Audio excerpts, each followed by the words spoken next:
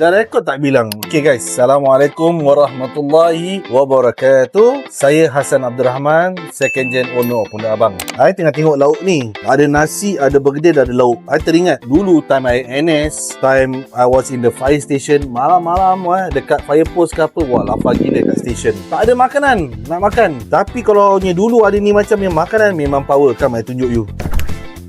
Dulu you all memang dah tahulah kita orang ada keluarkan beef rendang dengan nasi, ayam masak merah dengan nasi, lemak cili padi dengan nasi. Sekarang dah ada ginger chicken, dah ada black pepper beef, dah ada sambal sardin guys. Walau I dulu tahu ada ni macam ni benda kan, I confirm tak lapar guys. Okay, harga pun okay, as per meal $5.50 and consume whenever you need. Okay guys, so for those of you yang kerja tempat-tempat yang macamnya less accessible to get food kan, ataupun simply dekat rumah tu as and when you rasa you macam lapar you nak makan nasi dengan lauk kan, dah tak payah susah. Okay guys, can drop by to our frozen mart here at 374 Bukit Batok Street 31 unit number 01214, ataupun drop to our website, log in to our website www.pondokabang.com. You can buy our MREs, our meal ready to eat. Okay guys, ni bukan untuk 2-3 orang makan ini untuk 1 orang yang makan saja. Okay guys, kenapalah kau dulu tak ada?